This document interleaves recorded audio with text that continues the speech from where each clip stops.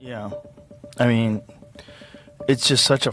I mean, the whole situation internationally has been so tense already with what's going on in Gaza, with what's going on in Ukraine. It's like, and to add this to the pile, it's like, I mean, it genuinely feels like there's a real possibility that we might be entering World War III.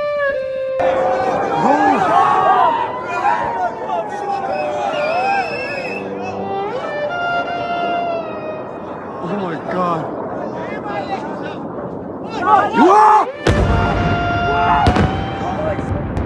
Oh my God! Yo! No way! No way!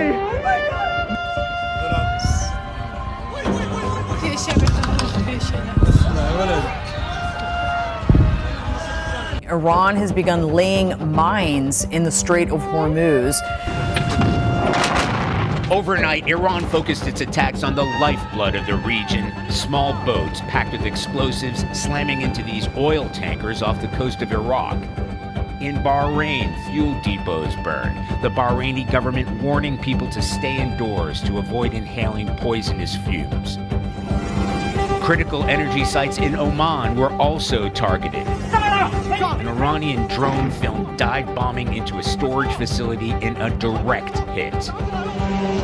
Also under fire, the Gulf's commercial infrastructure as another luxury high-rise in Dubai is struck by a drone. 6 U.S. soldiers died in the first 48 hours of the war at a tactical operations center in Kuwait. And overnight, we're learning that another military facility in the region has been hit, smoke and flames rising above a U.S.-led coalition base in northern Iraq. Literally, Russia seems to be aiding our enemy, actively and intensively, with intelligence and perhaps with other means. And China also may be assisting Iran. Bad news is not necessarily deterrence. It may just mean escalation to Armageddon. It is a grim situation that we're in. We've not seen anything like it, actually, since World War II. U.S. and Israeli warplanes and missiles continued hitting targets across Iran, as Israel intensified its campaign against Iranian proxies Hezbollah in Lebanon on another front in this widening war.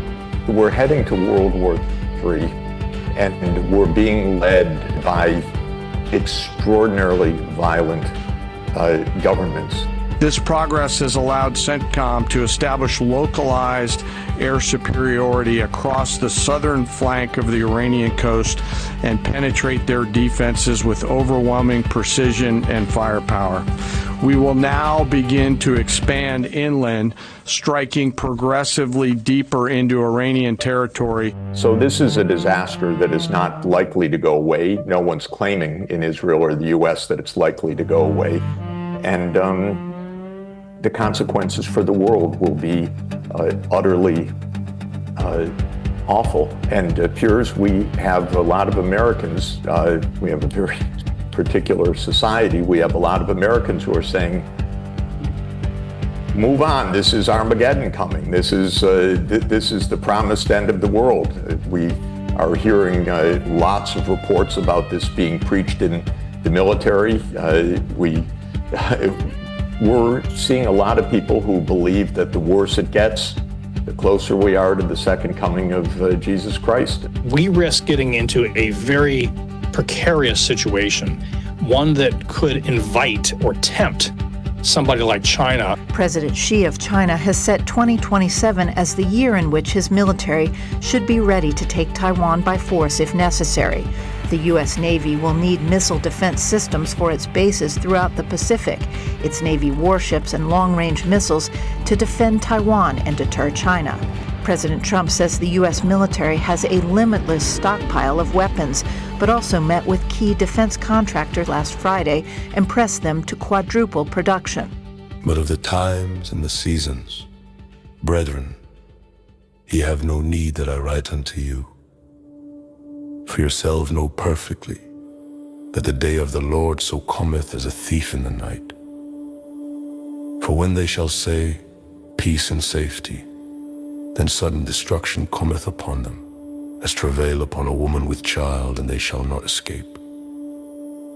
But ye, brethren, are not in darkness, that that day should overtake you as a thief. Ye are all the children of light, and the children of the day. We are not of the night, nor of darkness. Therefore let us not sleep as do others, but let us watch and be sober. For they that sleep, sleep in the night, and they that be drunken are drunken in the night. But let us, who are of the day, be sober, putting on the breastplate of faith and love, and for an helmet the hope of salvation. For God hath not appointed us to wrath, but to obtain salvation by our Lord Jesus Christ, who died for us, that, whether we wake or sleep, we should live together with him.